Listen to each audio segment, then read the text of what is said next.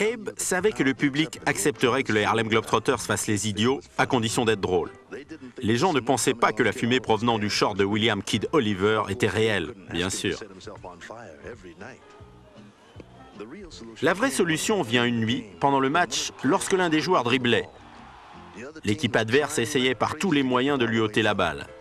Bien sûr, le joueur voulait garder le ballon et commençait une petite exhibition de dribble. Les autres Harlem Globetrotters étaient devenus inutiles. Ils quittèrent le terrain pour aller s'asseoir sur la banquette. Le dribbleur resta donc seul sur le terrain avec toute l'équipe adverse essayant de lui prendre le ballon.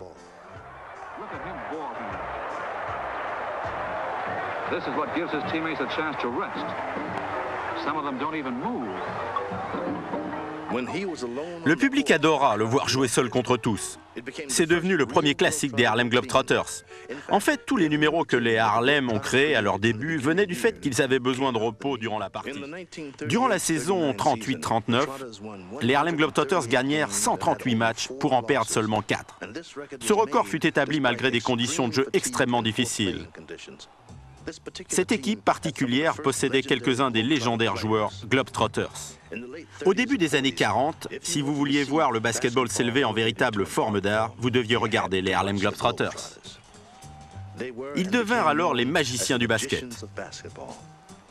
Toutes les actions spectaculaires que l'on voit de nos jours en NBA, les dunks, les passes, les dribbles, tout a commencé par les Harlem Globetrotters. Sur leur route à travers les États-Unis, les Harlem se rendaient compte qu'ils n'avaient pas de concurrence. La plupart du temps, ils devaient s'arranger pour essayer de ne pas humilier leurs adversaires afin de pouvoir être à nouveau invités l'année suivante. Par conséquent, ils commencèrent à privilégier de plus en plus le spectacle plutôt que de pratiquer un basket sérieux.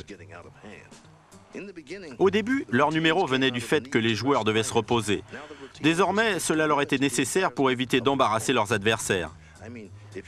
Pourtant, on pourrait croire que ça les aurait gênés encore plus de les battre tout en rigolant. Mais quoi qu'il en soit, ça plaisait au public.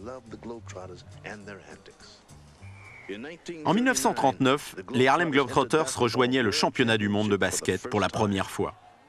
Ils triomphèrent de toutes les équipes qu'ils avaient rencontrées jusqu'à la finale où ils furent vaincus par les Wrens de New York. Mais en 1940, ils eurent leur revanche à Chicago, là où ils avaient débuté.